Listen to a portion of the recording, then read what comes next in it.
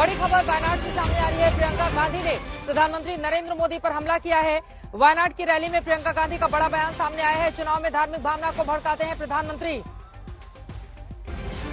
धर्म को लेकर डराते हैं पीएम मोदी। देश में रोजगार पर कोई बहस नहीं हो रही है, ये कहा है प्रियंका गांधी ने। क्या कुछ कहा गया है उनकी ओर से वायनाड की रैली में बीजेपी को घेरते हुए नरेंद्र मोदी पर हमला करते हुए, सुनते हैं। जो भाजपा के बड़े बड़े नेता हैं, प्रधानमंत्री जी इंक्लूडेड, उनके व्यवहार से ये लग रहा है कि चुनाव उनके पक्ष में नहीं जा रहा है, क्योंकि वो ऐसा लगता है कि बौखलाए हुए हैं, बहकी बहकी सी बातें कर रहे हैं, पता नहीं कौन से मुद्दे उठा रहे हैं। जबकि अगर 10 सालों के लिए इन्होंने कुछ किया होता जनता के लिए, जनता के जीवन में तरक्की लाने के लिए, मतलब कि आपका जो जीवन है उसमें जो महंगाई आई है उसको कम करने के लिए, रोजगार दिलवाने के लिए, शिक्षा के संस्थान बनाने के लिए, स्वास्थ्य की सुविधाएं देने के लिए, तो आज ये मंच पर आकर ये डिस्कशन नहीं होता जो आजकल हो रहा है।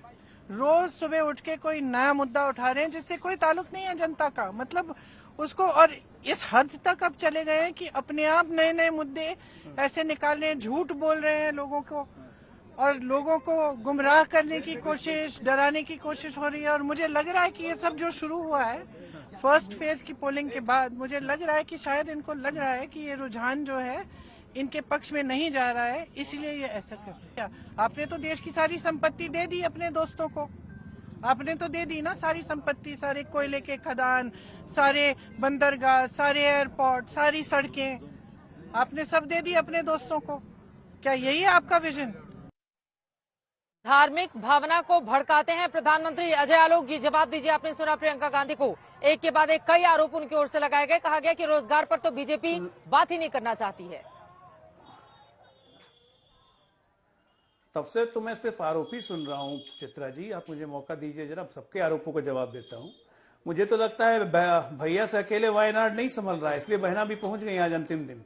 चलिए, जोर लगाते रहिए, वहां से भागेंगे तो कहां जाएंगे ये परसों तक पता चल जाएगा हमें। एक एक मुद्दों पर करके बात करते हैं। अभी कंचना जी ने कहा कि गोपीनाथ मुंडे जी ने लोकसभा में कहा था, बिल्कुल कहा था, हम स्टैंड पे भी हैं। हमने स्टैंड कब बदला? हमारी प्रतिबद्धता का ही असर है कि रोहिणी कमीशन को गठन किया गया था दिल्ली हाईकोर्ट की चीफ जस्टिस जीवी रोहिणी के अध्यक्षता में, और उस रोहिणी कमीशन ने अपनी पूरी की पूरी रिपोर्ट माननीय राष्ट्रपति महामहिम जी को सौंप दी, और उस रिपोर्ट के आधार पर सरकार फैसला करेगी। नई सरकार जब हम बनाएंगे तो उसके आधार पर हम फैसला करेंगे। हम कब भागते हैं किसी चीज से? अरे खुलेआम आप लोग पिछड़ों को, अति पिछड़ों का आप आरक्षण मार रहे हैं। अभी कहा रत्नाकर जी ने मुझे कि मुसलमानों में जाति नहीं होती है। बिल्कुल होती है, यही बात तो हम कह रहे हैं। जब मुसलमानों में जाति होती है तो सारे मुसलमानों को क्यों डाला ओबीसी के लिस्ट? मैंने कब कहा मुसलमानों? इस पे जवाब नहीं दे रहे आशुतोष जी या कंचना यादव या रत्नाकर त्रिपाठी। और इस बात को अगर हम जनता को बताएंगे तो हम गलत क्या कह रहे हैं कि एसी को मुस्लिम तुष्टीकरण कहते हैं। हमारे गरीब ओबीसी, हमारे एसटी एससी का हक मार रहे हैं आप। गलत कहां है ये? इसमें आप एक से एक बात कर रहे हैं लगातार। राहुल गांधी, अरे क्या किया राहुल गांधी ने? एक बात बताएं ना अपना। खुद कहते हैं कि 55 साल हम सत्ता में रहे। 55 साल आप सत्ता में रहे तो आपको ओबीसी की याद नहीं आई? काका कालेकर कमीशन की रिपोर्ट को आपने दबाया, मंडल कमीशन की रिपोर्ट को आपकी दादी ने दबाया। आपके पिता राजीव गांधी लोकसभा में खुल के बोले कि मंडल कमीशन नहीं लागू होना चाहिए। कंचना जी, याद होगा लालू जी अपोज कर रहे थे राजीव गांधी का उस समय। उस पर भी आप लोग कुछ नहीं बोलते हैं। आ गए आप लोग के गोद में कि कांग्रेस को अक्ल आ गई है, समझ रही है। अरे कुछ अक्ल उक्ल नहीं आई है। राजनीतिक अवसरवादिता के सबसे बड़े प्रतीक बन चुके हैं आप लोग। और आज की तारीख में इस देश को जिधर दारुल इस्लाम की तरफ ठेल रहे हैं मुसलमानों का तुष्टीकरण कर करके, ये देश के लिए खतरनाक है। और ये बात हम देश को बताएंगे। और इसको धार्मिक भावनाओं को बहकाने की बात नहीं कहते हैं। आप जब मुसलमान हो वैसे खुलेआम करें, वो धार्मिक भावना नहीं भड़का रहे हैं। राहुल कांग्रेस के लीडर कहें कि मुसलमानों की पहली पार्टी कांग्रेस है, वो धार्मिक भावना नहीं बहका रहे हैं। लेकिन 82% हिंदुओं की हम बात करते हैं, उनके हक अधिकार की हम लड़ाई लड़ते हैं, तो आशुतोष को लगता है कि हम धार्मिक भावना बहका रहे हैं, हम चुनाव हार रहे हैं। अरे हम काहे के लिए चुनाव हारेंगे? 400 पार होगा। अशोक में मत आ जाइए कहीं 450 नहीं हो जाए, हार्ट अटैक हो जाएगा। यहाँ बैठे हो कुछ लोग। बोलिए आशुतोष जी। नहीं, मुझे तो लगता है कि आलोक जी का ये हार्ट अटैक होने वाला है जिस तरीके से बोल रहे हैं। लेकर इस तरह की बात नहीं करनी चाहिए। बोलिए आशुतोष। नहीं, वो अब मेरे बारे में टिप्पणी करेंगे तो टिप्पणी करना पड़ेगा ना, मैं तो छोड़ूंगा नहीं उनको। तो अजय आलोक जी थोड़ा शांत हो जाइए, चेहरे पे बहुत आपके गुस्सा नजर आ रहा है।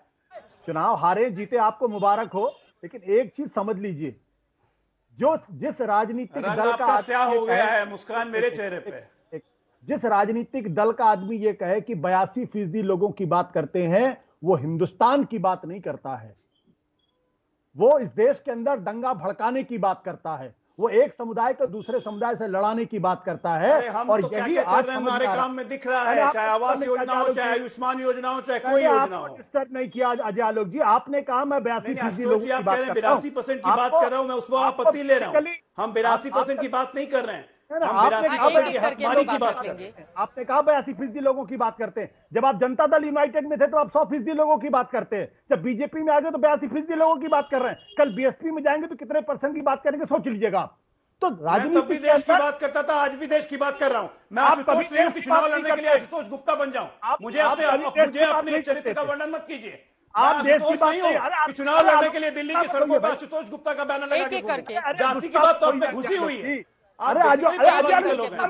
आपको इलाज करवाने की जरूरत है आशुतोष जी। देखिए आप पैथोलॉजिकल हो गए। चित्रा जी, अरे प्लीज आज आलोक जी अब ये इलाज करवाने और ये सब ठीक नहीं है। प्लीज एक एक करके अपनी बात रखेंगे, व्यक्तिगत टिप्पणी नहीं करेंगे, एक एक करके अपनी बात रखेंगे। मैं बोल लेता हूँ। देखिए अजय आलोक जी अच्छे आदमी हैं, जनता दल यूनाइटेड से बीजेपी में आए हैं, अपने आप को स्थापित करना है तो 82% की बात करेंगे, करने दीजिए उनको। इनकी पार्टी में 82% स्थापित करने की जरूरत नहीं है।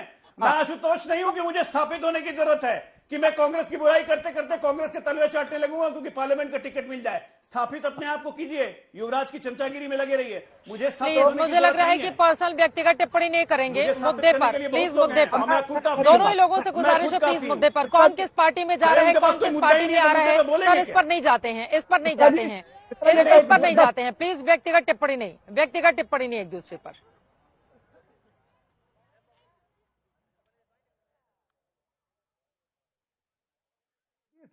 अपनी बात पूरी कर लीजिए आशुतोष जी जल्दी से। संजय जी आ रही है उसके बाद में फौरन। मैं अजय आलोक का नाम नहीं ले रहा हूं, लेकिन मैं कह रहा हूं मैं दल बदलुओं का मैं की बातों का बुरा नहीं मानता, जो अपनी विचारधारा छोड़ के एक पार्टी छोड़ के दूसरी पार्टी में जाते हैं और 82% की बात करते हैं। हिंदुस्तान को बांटने की बात ये लोग करते हैं।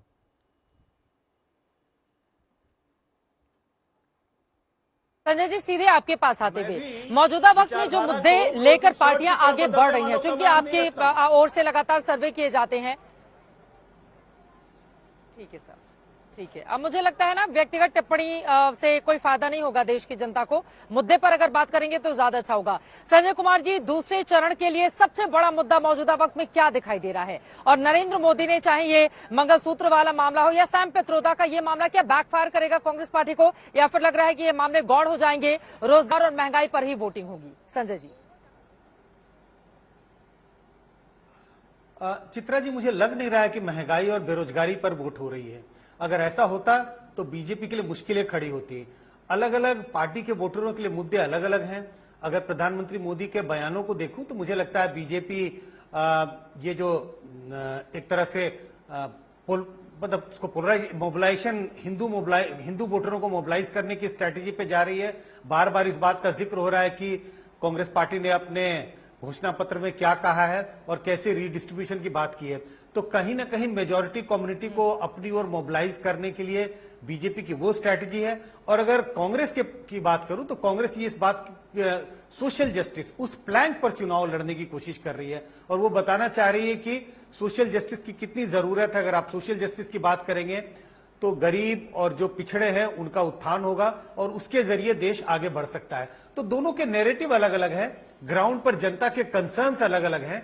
तो कई खेमों में और कई टुकड़ों में बटा हुआ दिखाई पड़ता है अगर मैं चुनावी मुद्दों की बात करूं तो।